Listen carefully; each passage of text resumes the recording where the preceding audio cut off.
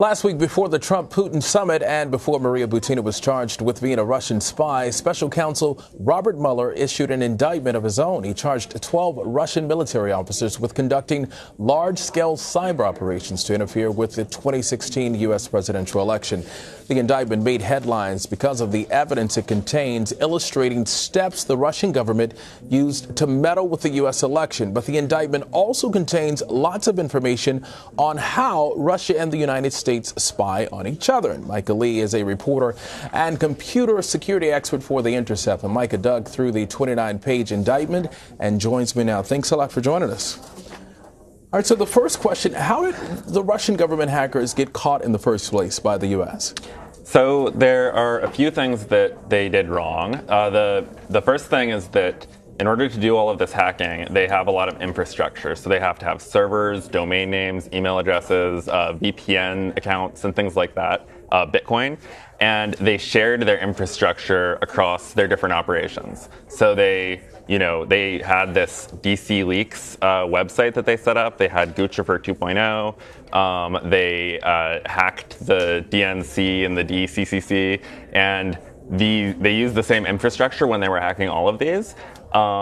And so basically, when they figured out that GRU was behind the attack, they figured out that GRU was actually behind all of these different components. Now, you wrote that the U.S. government's most powerful tool in chasing down these Russian hackers wasn't actually a spy tool, but a legal one. Why was the subpoena so important in this case? So if you read the indictment, there's a massive amount of information in there and lots of technical details, and it's technical details that companies like Twitter will have and that companies like Bitly, the URL shortener, will have. For example, one of the big mistakes that the GRU agents made were they logged into the Guccifer 2.0 Twitter account once, and they accidentally weren't connected to their VPN that they were normally connected to, and so they ended up leaving their IP address in Twitter's logs. And so, I don't see any way that the Mueller investigation could really get all of this email without Twitter cooperating with them and sharing their logs, and also, several other companies. All right, Micah, one of the things that you wrote about that stood out to you was how many times the U.S. government mentioned exactly what one of the defendants was researching on the internet and when. What did that tell you?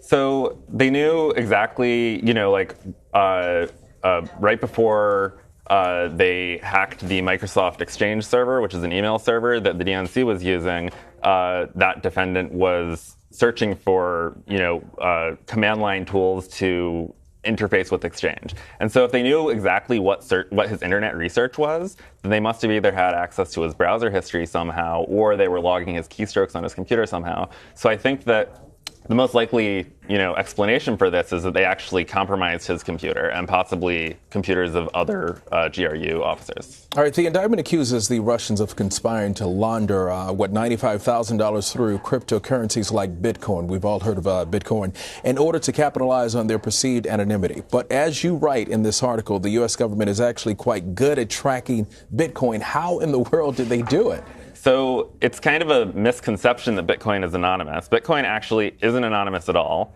With Bitcoin... But that's like the selling point, that it's anonymous, and it's not? So with Bitcoin, you have things called wallets, and those are kind of like bank accounts. You have money inside of your Bitcoin wallet, and your wallet is just like an ID number, basically. There's no identity attached to it. So with your bank, you have your name and like who you are that owns it. With Bitcoin, you have no idea who owns each wallet.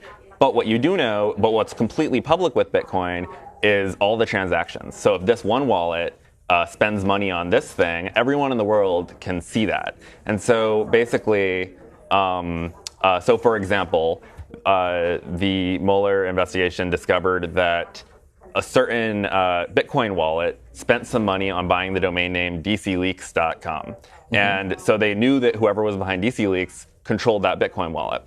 Then they can tell all of the other transactions that Bitcoin wallet we're spending money on belong to the same people. It's just fascinating just to hear it all. A final question for you, and speaking of the investigation, the last section of your article points at that NSA whistleblower reality winner that was convicted for leaking essentially the same information that Robert Mueller had used to indict these Russian hackers here.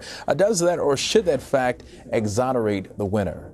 I mean, I think it should definitely exonerate her.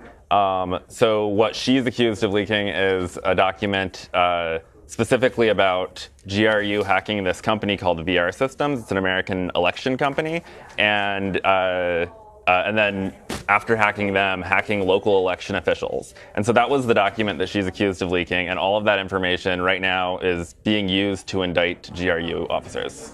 And she's serving, she just agreed to a plea deal where she's going to serve the next 5 years in prison. I'm still stuck on the fact that Bitcoins are, it's not anonymous. That is crazy.